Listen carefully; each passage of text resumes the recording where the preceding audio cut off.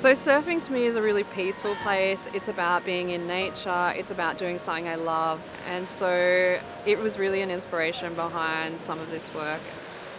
Dr. Laura Ryan and Professor Nathan Hart have just published the results of a 6-year shark study that could see a revolution in surfboard design. So what we've been trying to do is understand how sharks see their prey, and with an understanding of that, see if we can create some shark deterrents which protect people and also sharks. We've been doing a lot of testing in Mossel Bay in South Africa, which is where they have quite a high concentration of white sharks.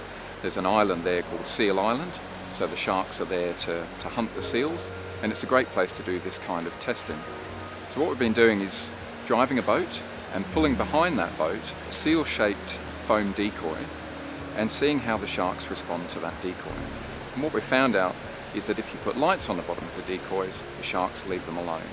And so we think this tells us a lot about how sharks see the world and how they detect and target their prey, but it also potentially gives us an insight into how we can develop a non-lethal shark deterrent, especially for surfers. The types of lights that we put on the bottom of the decoy is quite specific in terms of the patterning we place the LEDs in and also the brightness of the LED. What we're tapping into here is a phenomenon that's quite well known in the ocean called counter-illumination. And this is where animals that live, especially in midwater, put out light from the underside of their body. And in doing so, they break up their silhouette to a predator that's looking at them from below. And so we've extended that idea to something on the surface of the water, and we've shown that these lights break up the silhouette of the surfboard into smaller pieces, and that's clearly something that the shark doesn't recognise as its prey. It's sort of like an invisibility cloak, but with the exception that we're splitting the object, the visual silhouette, up into smaller bits.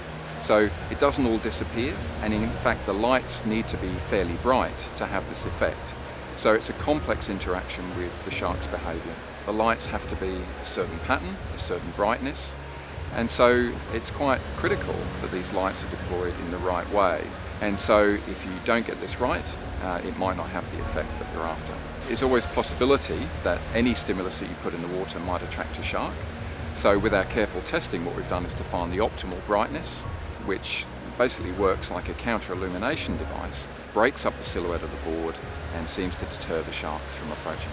So some of my work on the visual system of sharks was looking at how much detail they can see and how good they are at detecting an object. And some of the previous research within my group also found out that sharks are potentially colourblind, so they don't see colour like we do. They also don't see as much detail as we do, so their acuity is a lot lower than ours. So they're really good at detecting an object from far away, but not so good at seeing the fine detail of that object. So what we're trying to do now is move from sealed decoys into a surfboard prototype by embedding LEDs into the bottom of a surfboard. Shark attacks are fortunately very rare, but it's obviously a risk that people accept when they go in the ocean. And what we don't want to see is people getting hurt, and we don't want to see sharks getting killed as a result of that. So we're very hopeful that this technology, along with others, can be used to reduce the risk of getting a shark bite, and so make it safer for people to go in the water. As with any starting enterprise, there's always a development period to go through, but we'd certainly like to talk to anybody who's interested in helping us develop this technology.